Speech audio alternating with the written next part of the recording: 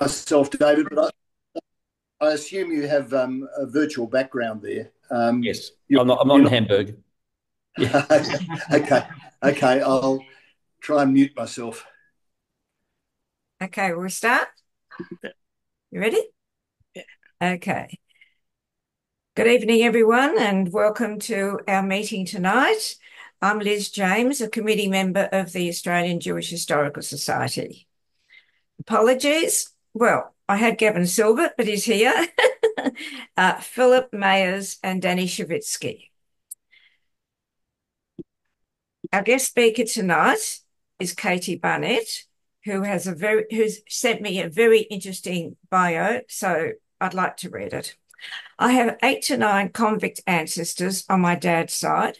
My surname is from a teenage pickpocket called George Barnett from East London, who got transported on the 3rd Fleet for stealing a hanky.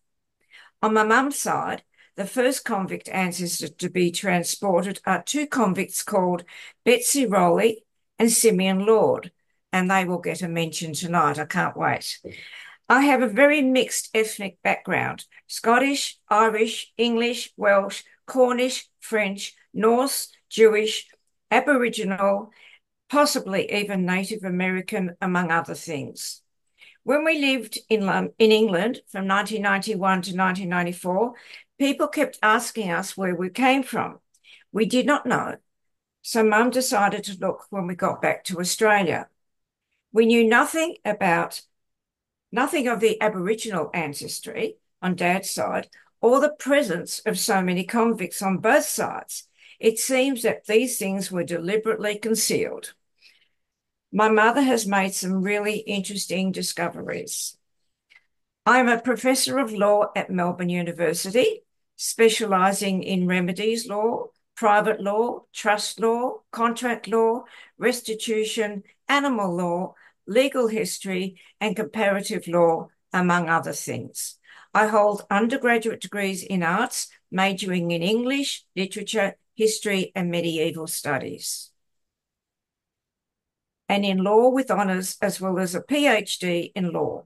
Prior to becoming an academic, I was a commercial litigator, an associate to the Honourable Justice Mandy, and I can see his relatives in our audience, at the Supreme Court of Victoria, and a researcher at the Victorian Court of Appeal. I come to the Historical Society as a result of my involvement in the Australian Academic Alliance Against Anti-Semitism, when Leon Mann heard my story and thought that others might be interested. My immediate family and I are also non-Jewish members of Brighton Hebrew congregation.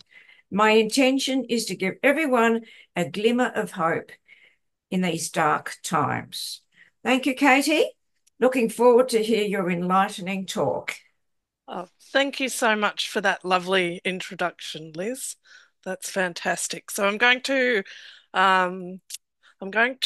share. Oh, hang on. I need to be able to share my slides. Can I be made a what do you call it? Co-host. Let's see. No, I can't. I still can't share.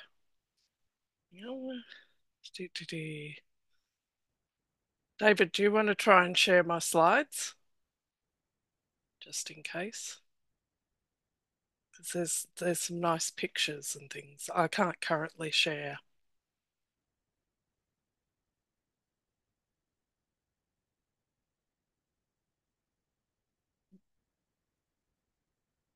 No, so it just says host disabled participant screen sharing. Just keeps coming up with that message. So can whoever's the host can give me permission to share. So make me a host and I can share my screen. I'm not sure who the host is, actually. Hang on. I removed the spotlight because I don't want to see my big head like that. So, is it possible to make me a host? David, you're muted. You're muted, David. On the bottom, there's a little green button that says share. Can you see? No, when I press it, it says host has disabled sharing. So I can't do that. It just keeps coming up No, with, I'm talking to David. oh yeah, Yeah. host disabled participant Yeah, sharing. unfortunately, I can't. I can press share, but I can't find the file. I can see the file on my computer, but I can't find it through that process. David, if you Michael is press requesting share to with allow the multiple right, presenters to share. Multiple Martin, presenters can share. Oh, well, go for it, Katie. I think you can now share. Yeah, can I now share? I can! Hurrah! Thank you, Excellent. Michael. We've Oh, fantastic. Here we go. So let's come on, share. Ah, okay, now I'm going to share this. and we see it. So, Yes. and we're all good. Okay, here we go. So basically tonight I wanted to give a little bit of a story of hope. And it all comes from my mother's research. And she came across something and she said to me, Katie, what does that mean? And I said, I don't actually know. Have a bit more of a look. She had a bit more of a look and then she brought it all to me. And she said, what do you think of this? And I said, this is really interesting. I should say my mother and I have already written one academic article, and I think this is going to be our second. So, what I wanted to talk about today is the long history of Jewish people in Australia. And from the First Fleet onwards, Jewish people have been part of Australian society, and that's because there were Jewish people among the convicts.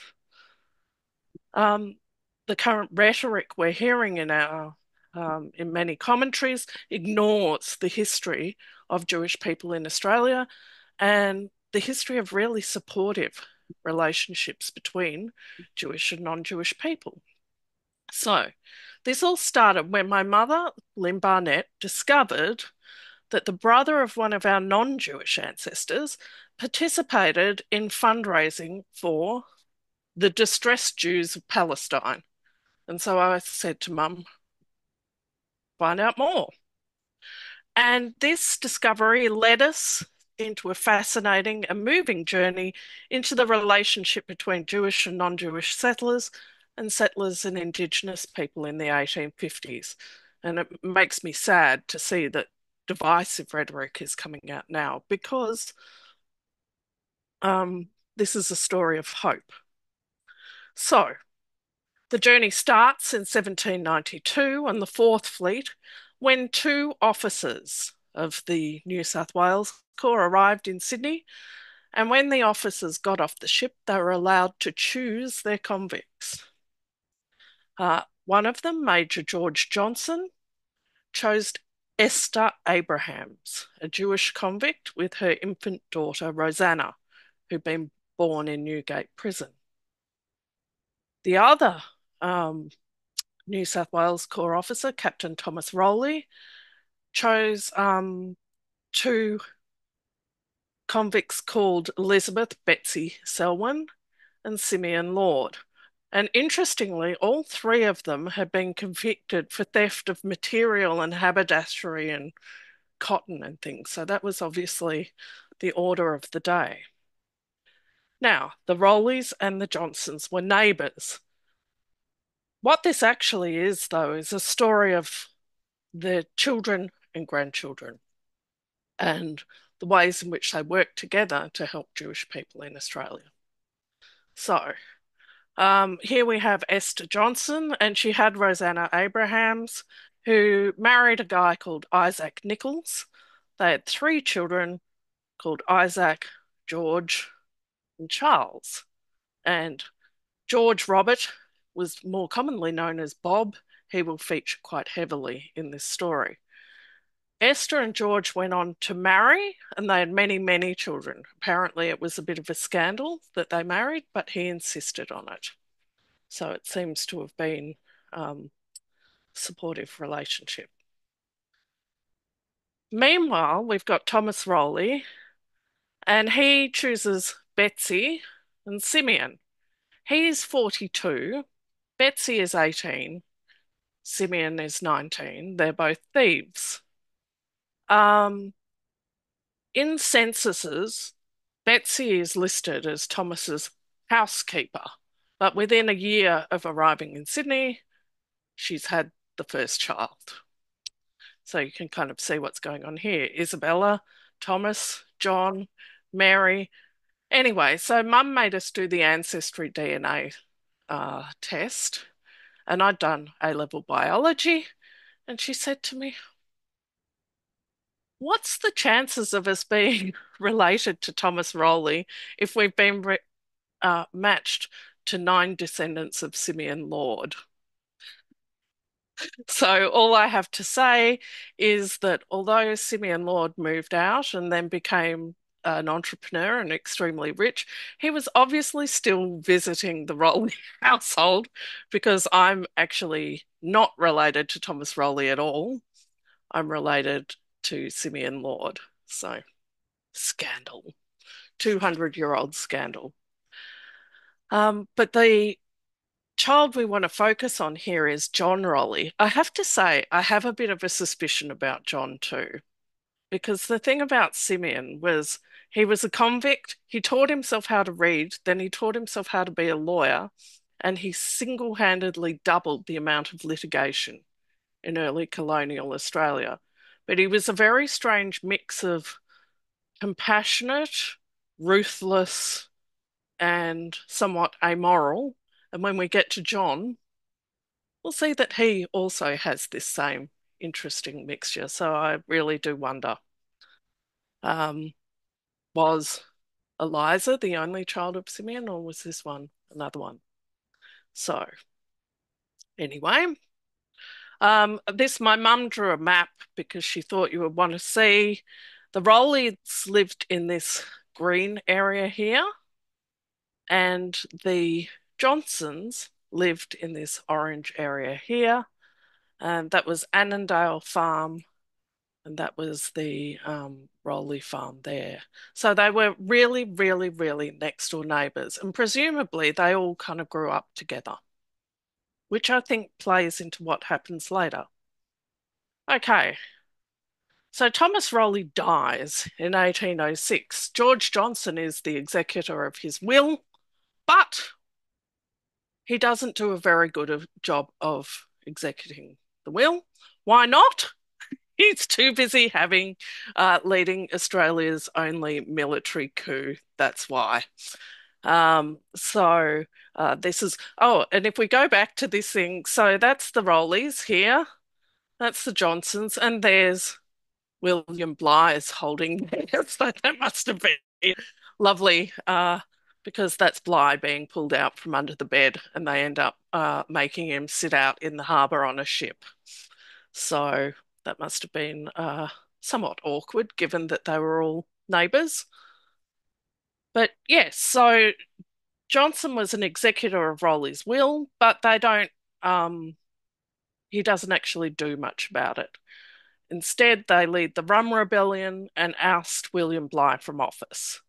And Johnson ends up appointing himself as Lieutenant Governor in 1808, but he's forced to stand down when Lachlan Macquarie arrives in 1810. And he's then court-martialed and summoned to England, so he's got other things on his mind. I note also that the only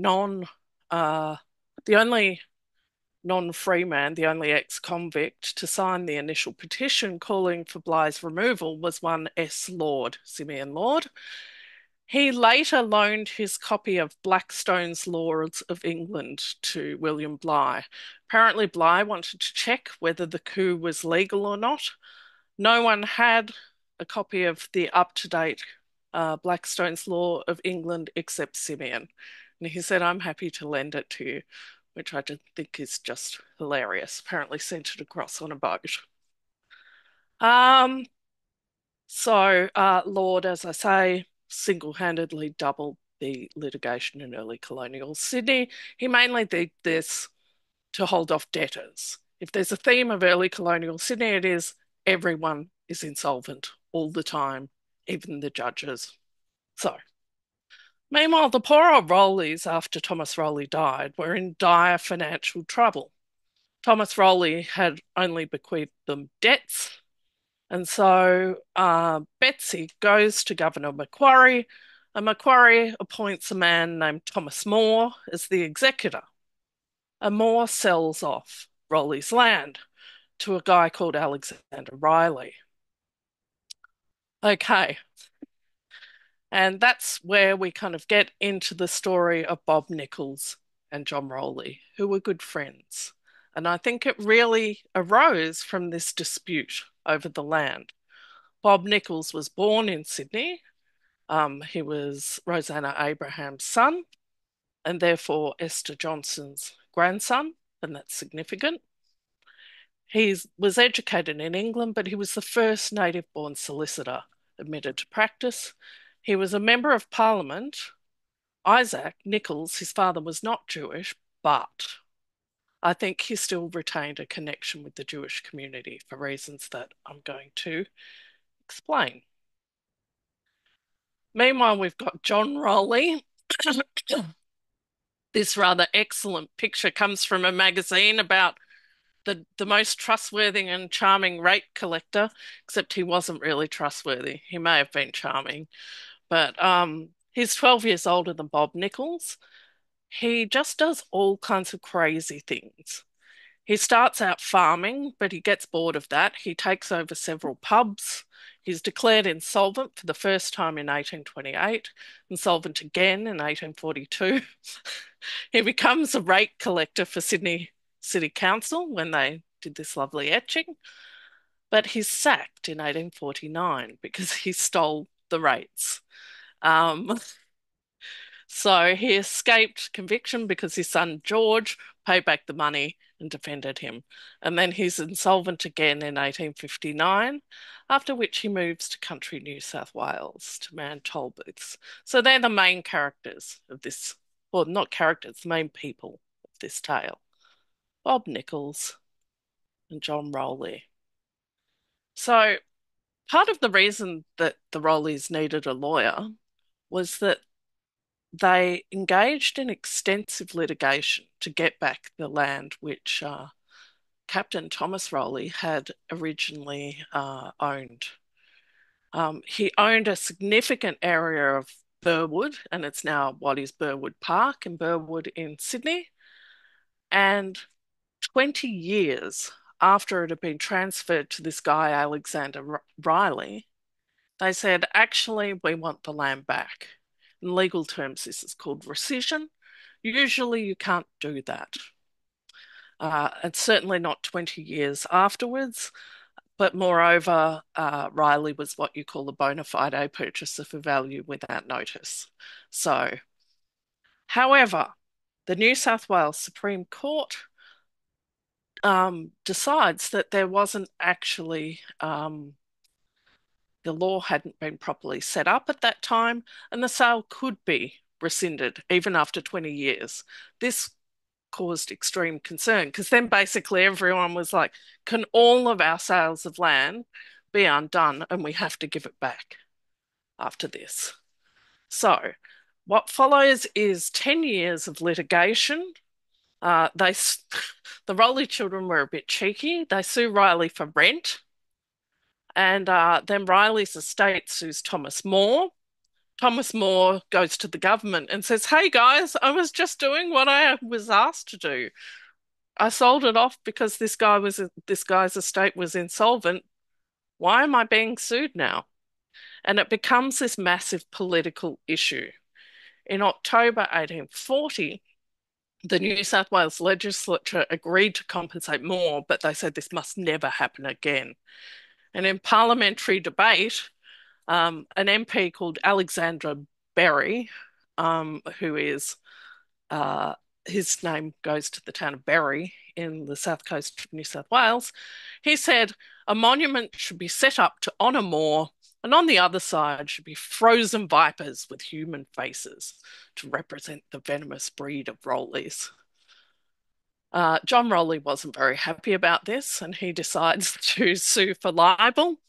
But fortunately, he thinks better of it, and I do wonder if Bob Nichols talked him out of it. Also in October 1840, they create a new office in New South Wales, the first judge in equity.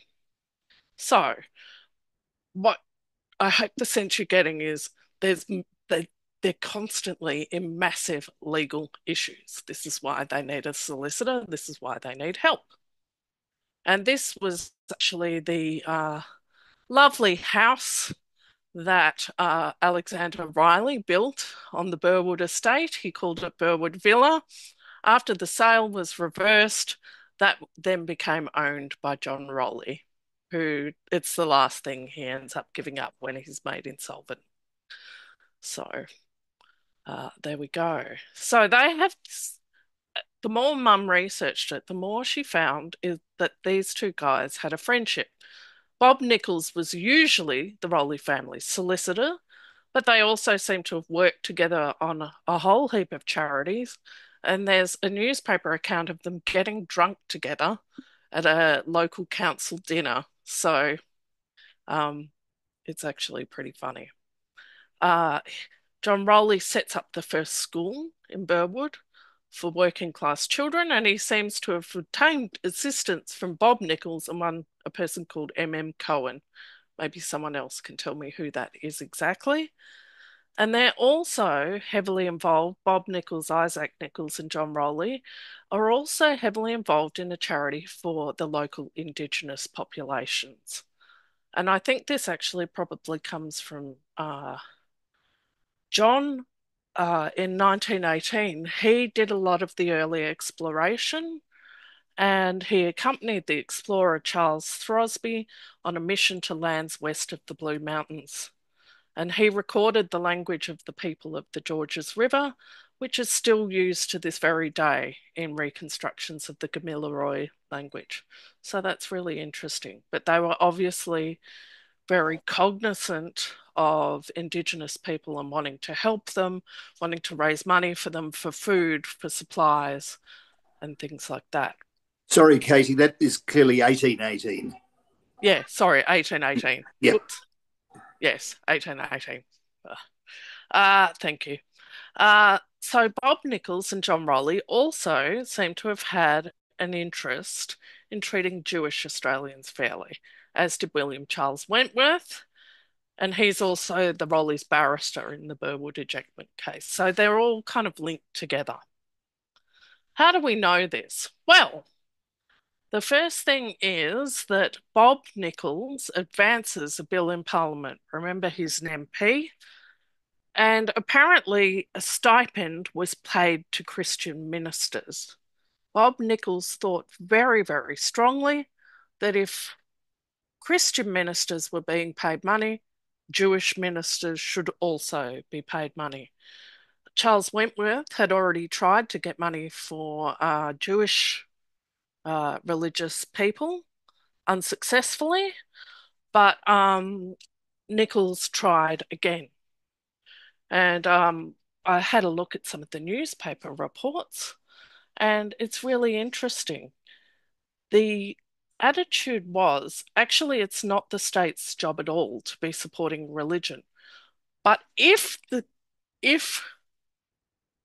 state is supporting one religion, it has to support another religion. So for this reason, members of the Jewish faith should receive the same amount of help as Christians do. And they say the Jews contribute equally with their fellow colonists to the support of the colony, of the state, and therefore, so long as the state grants subsidies, the Jews have the right for the same. They even mention Muslims, and they say we'd do the same if we had any number of Muslims.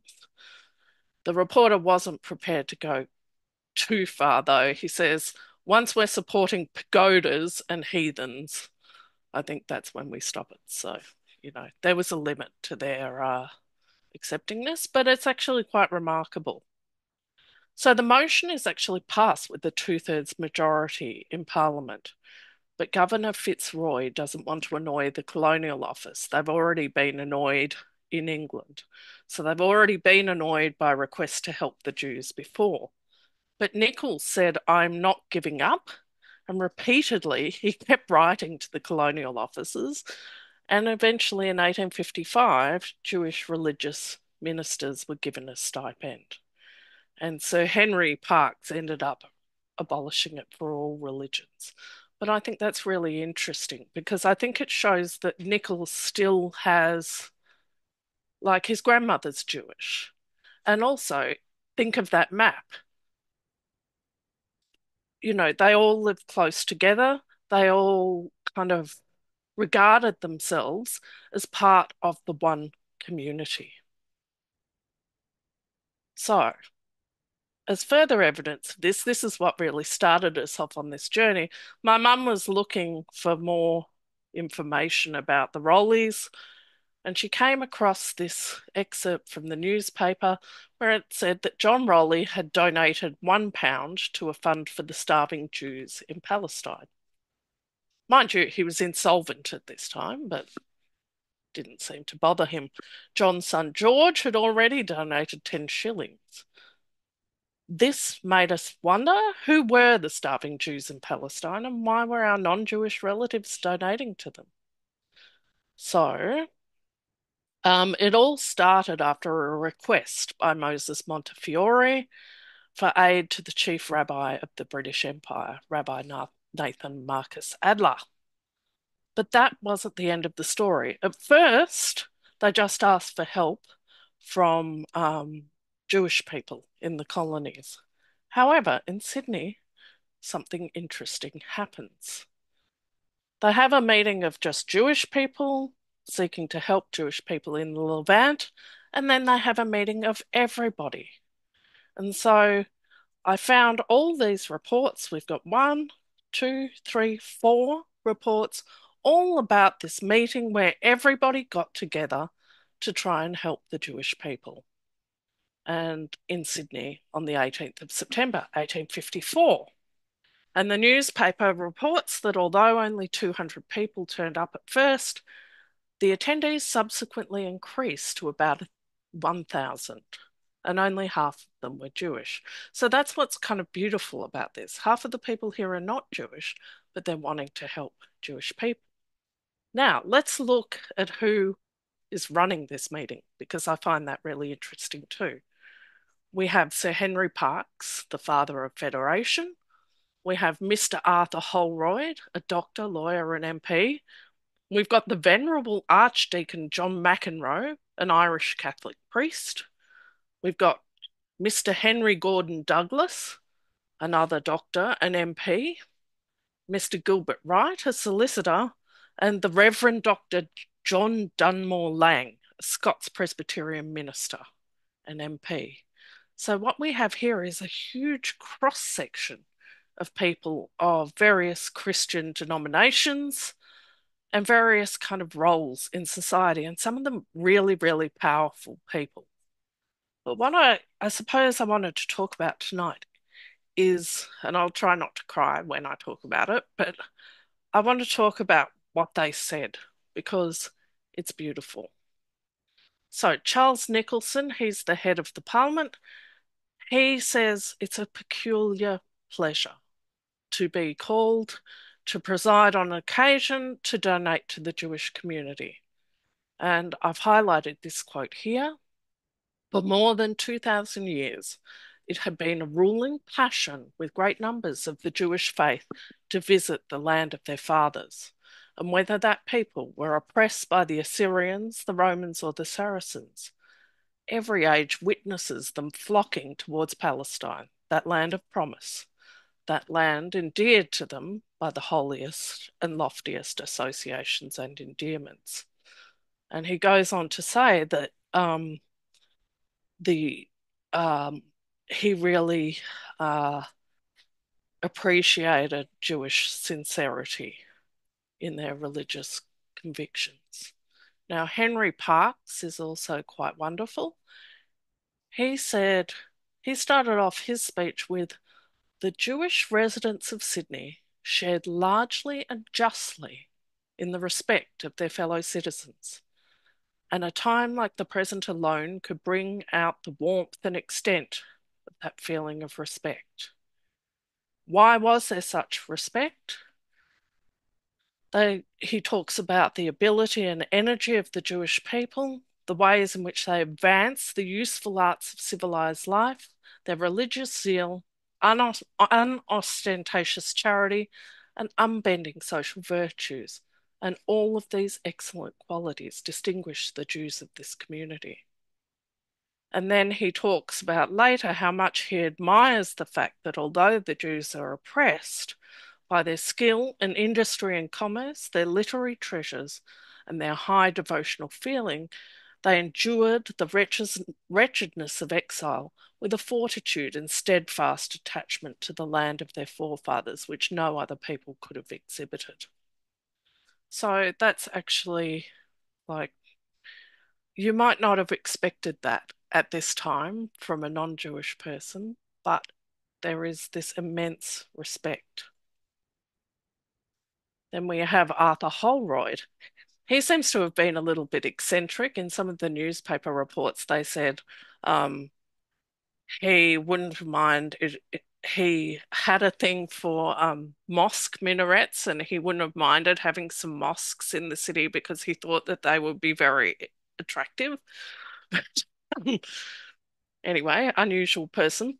But he had visited the Levant, and he'd said that he thought the Jews of Palestine had been persecuted, but they bore as a class the character for the most unexceptional morality, and it made his heart bleed to think of them suffering.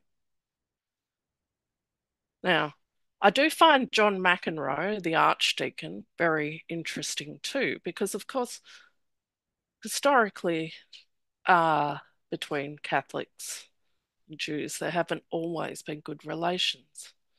But he said he wasn't the parable of the Christian parable of the Good Samaritan shows you weren't to inquire what the creed of the sufferers were, but you were just to help them.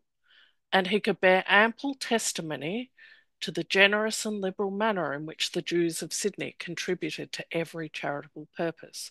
He mentions hospitals and other charitable institutions, and he also mentions that when his own fellow countrymen in Ireland were suffering from famine, the Jews had donated to their help. And so I also found this part really interesting, where he said, there was another consideration why the call on the present occasion should be generously responded to. The Jews in every Christian country where they had sought refuge had been deprived of their civil rights and privileges. They could not wipe off the statute books the unjust laws that fix civil disabilities upon the Jewish race, but they should, if possible, endeavour to clear of part of the long score they owed and to repay the debt which their forefathers contracted against them. And then he spoke of how he had acted with the Catholic Bishop of Charleston in the US to actually try and stop discrimination against Jews. So that is something I really didn't know about at all. This is the entertaining part. He also says he's helping the Jewish people because there are remarkable similarities between Ireland and Israel, which you may not have hitherto appreciated. One thing he said was, next to the Jews in antiquity and learning were the Irish. The origin of their written language was nearly the same. I just absolutely love this because he's really looking for ways of kind of bringing people together. And he said the children of Israel still clung to their law, just as the Irish clung to their faith, preached to them by St. Patrick on the hill of Tara. It was plain, therefore, that feelings of ancient relationship connected the two people. So, an interesting take. I'm not entirely sure how historical it is, but what it does show is this immense goodwill and desire to find common cause, right? And I thought that was quite lovely.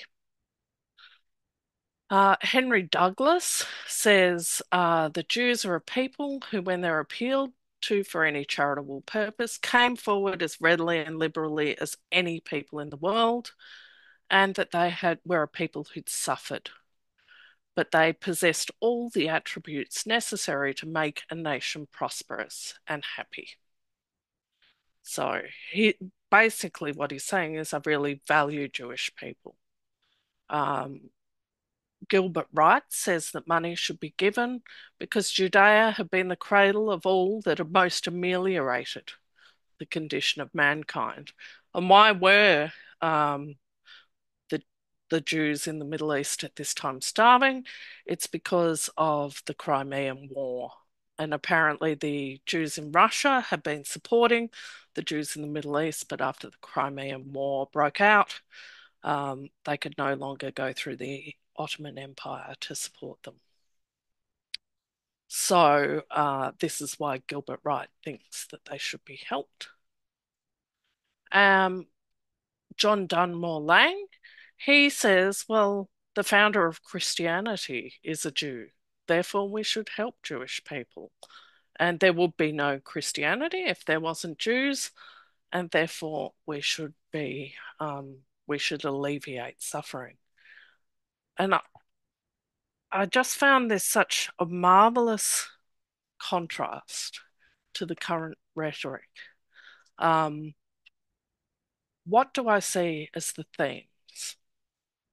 One thing that's mentioned over and over again is the generosity of Jewish people in Sydney towards the needy of any faith, right? And there's a clear awareness that Jewish people are generous and that they help everybody. There's also an awareness of the way for the Christians in which Christianity is built upon Judaism, and it's there's a need for Christians to unite to help the Jewish people because of this. Relatedly to the Christianity, there's a knowledge of the long history of the Jews and their association with the Holy Land. And there's also an understanding of the importance of Judaism to Western society and the similarities it shared with ancient tradition. There's a kind of humanism here too. There's a need to help those who are oppressed and suffering of any race or religion. And in a sign that the more things change, the more they stay the same, there's worry about war and the unfortunate effects on the global situation in Eastern Europe, especially Ukraine and the Middle East. But what I think is important about this is that all speakers regard Jewish Australians as an embedded and important part of Australian society and as a group who is very welcome.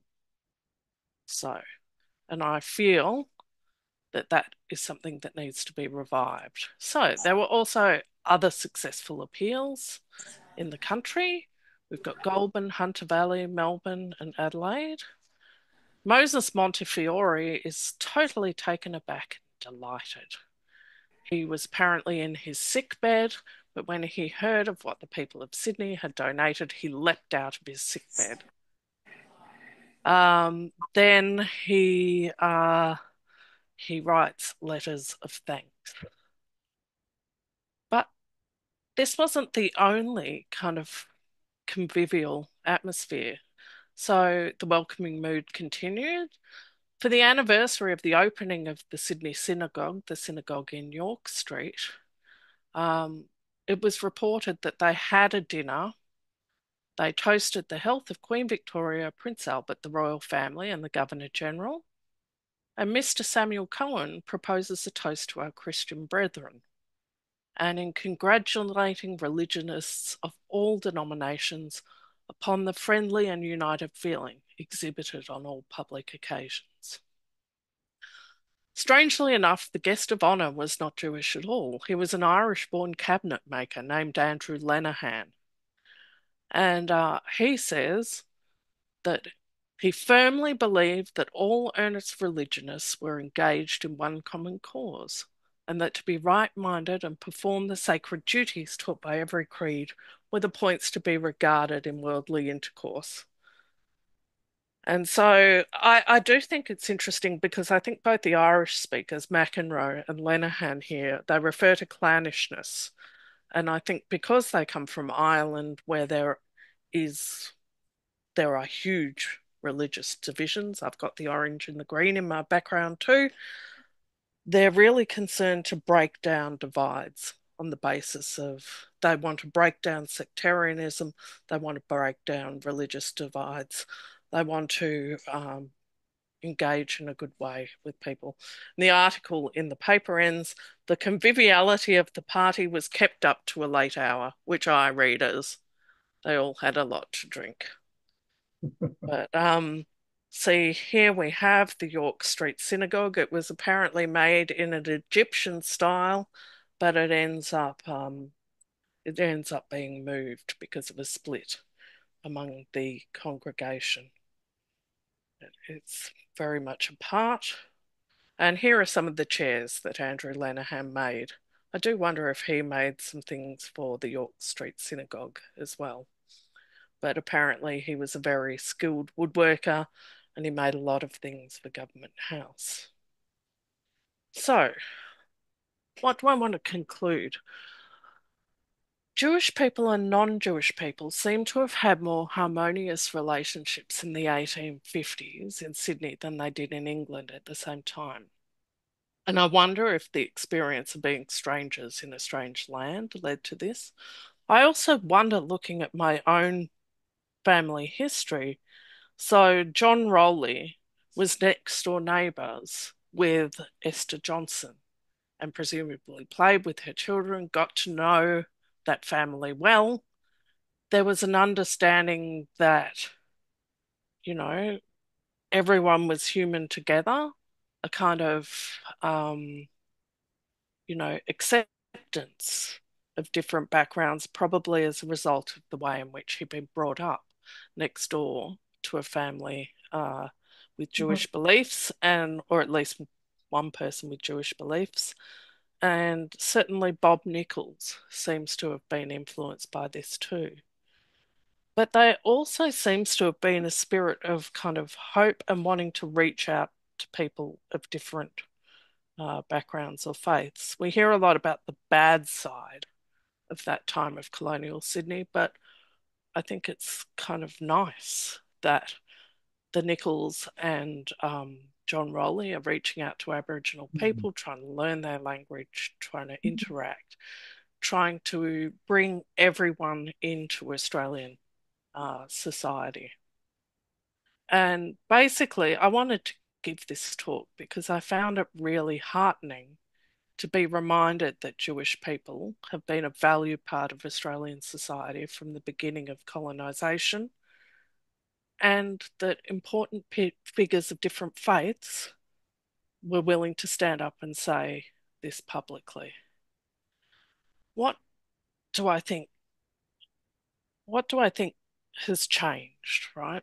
Part of what I think has changed, and I've had discussions about this with people, is that knowledge of history has fallen away, right?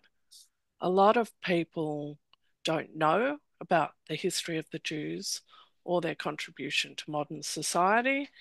In part, I think this is because obviously the Old Testament is part of Christian tenets, and people would have to read that, but Christianity has itself declined. I would also think that so is interested in classical history and Western culture. So this means that people know less about the history of what went on. And so quite a lot of what I've seen in public discourse shows to me, shocking lack of knowledge about what the history is. But I guess what I want to do tonight is say that there is hope. This is what Australia is built on. Australia is built on us all coming together, regardless of our faith or background, and working together.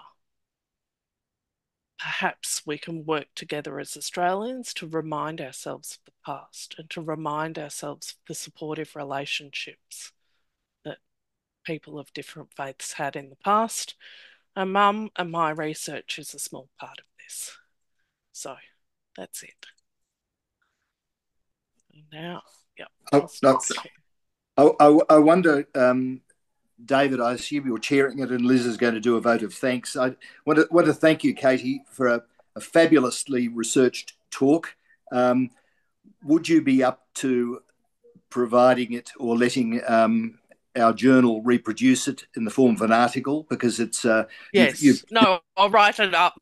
I've agreed. I've already agreed with Suzanne that I'll write it up as an article. So that's going to the Sydney Journal, not the Melbourne Journal, because Hilary Rubenstein, I think, is.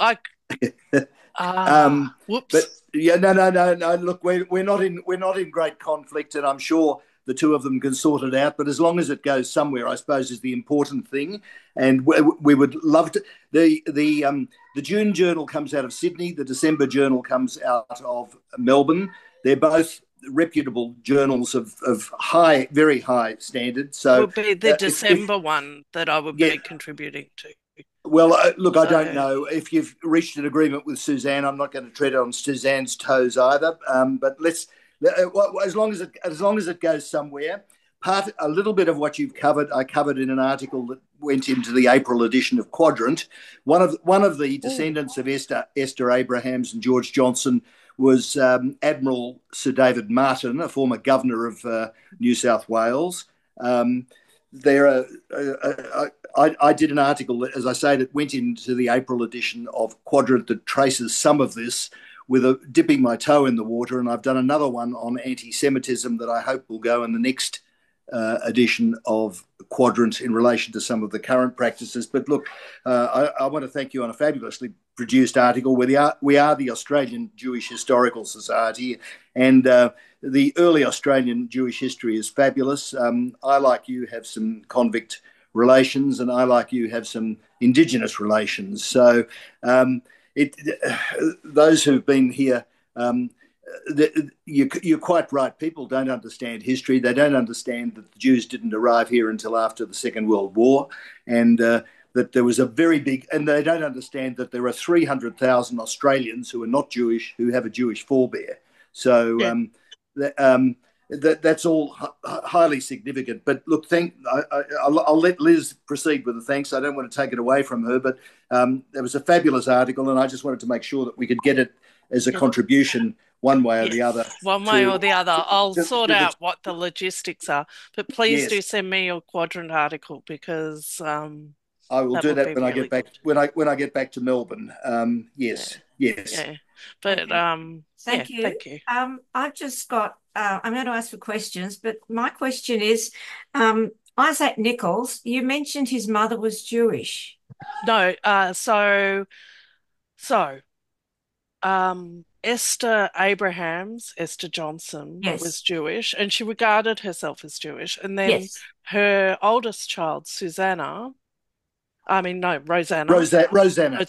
Beg your pardon. Rosanna also regards herself as Jewish, but marries a non-Jewish guy called Isaac Nichols. But obviously, I would say that Bob and the other kids are brought up with a knowledge of Judaism. And that's why Bob is in Parliament saying you have to treat the Jewish religion the same as Christianity. And he will not give up. Governor Fitzroy says, nope, I'm not sending it to the colonial government. And he just keeps going.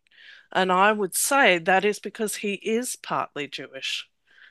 It's a wonderful story. And Leon, I think he's still on. Yes, here he is.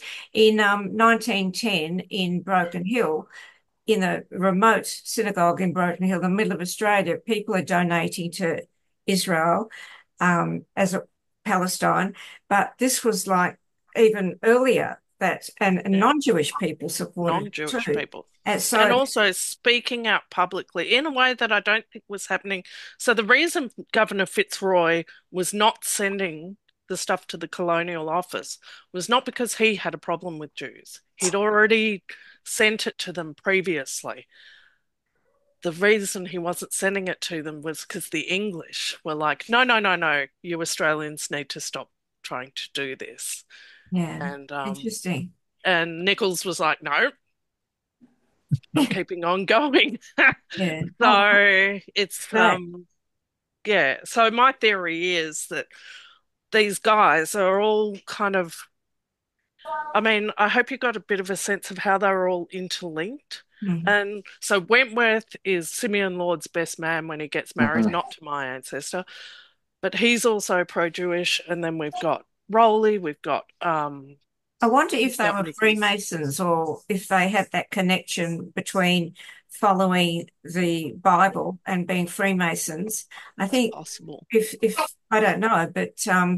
it seems that that was one way of bringing people. I know in Ballarat it brought people together just by Freemasonry with the Jews and the non-Jews, and that was 1854. So I just wonder if they had a Yeah. lot to do with Jews through that avenue. But I'm not that's something sure. your mother can explore. Yes. So my grandfather, who was also George Barnett, all the George Barnetts. My dad was George Barnett.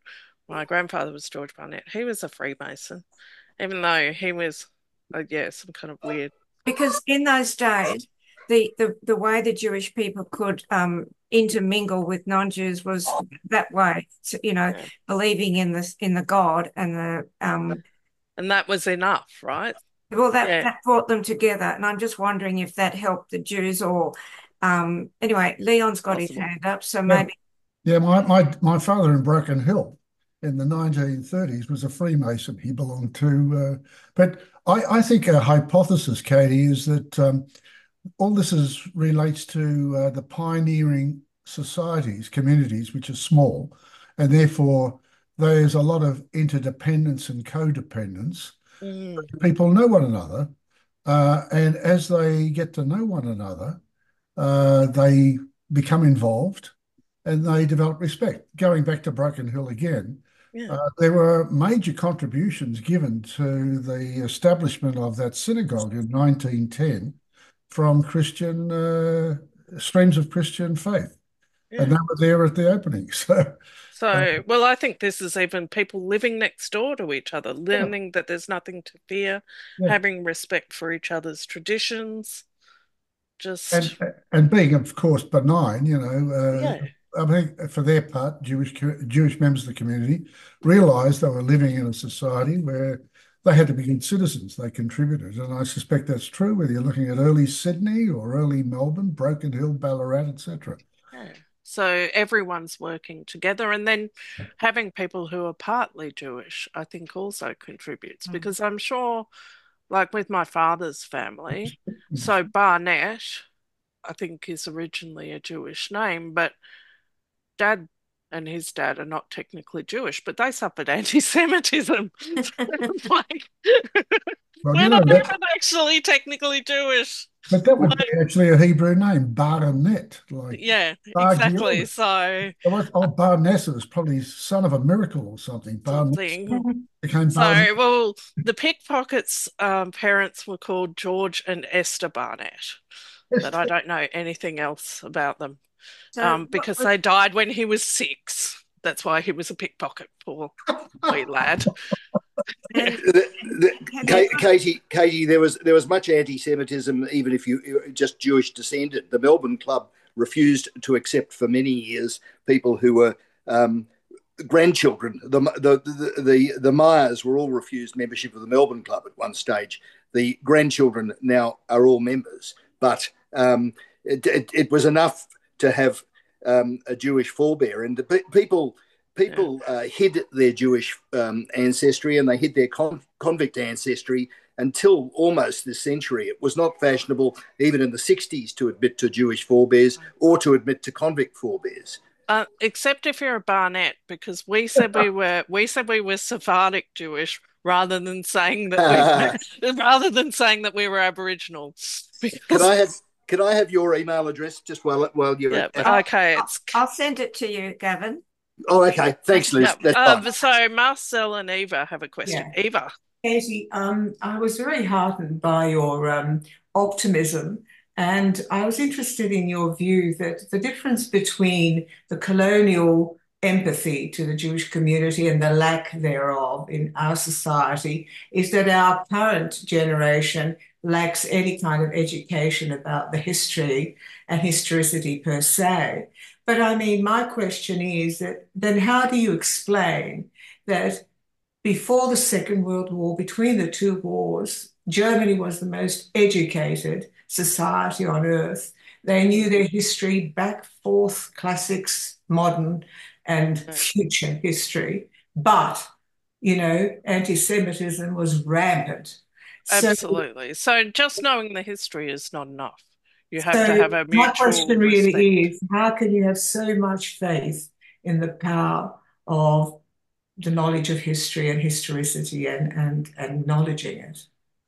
Partly it is not, in my view, it's not repeating the one thing that happened, I think, in Weimar, Germany, is that um, civil violence got out of control, right? There were riots between rival groups and things like that. And I feel I mean, that's why I haven't been very happy with the way in which, for example, universities have dealt with protests. And I've said that publicly. Uh, because I think it's something that you have to be really firm on and you can't make exceptions. You have to say, no one is to do this, no one is to get out of control because that's the way things just go wild. So it's not education per se that stops it, right? But I will say, um, with the current problems, like I had an argument with a friend on Facebook who also has a PhD in law, all that kind of stuff. And so I'd put up a post. She insisted on arguing with me. And eventually I said, can we take it off public? And then I said to her, so what's your problem with Israel? And she said, look, the Jews need to go back to where they came from.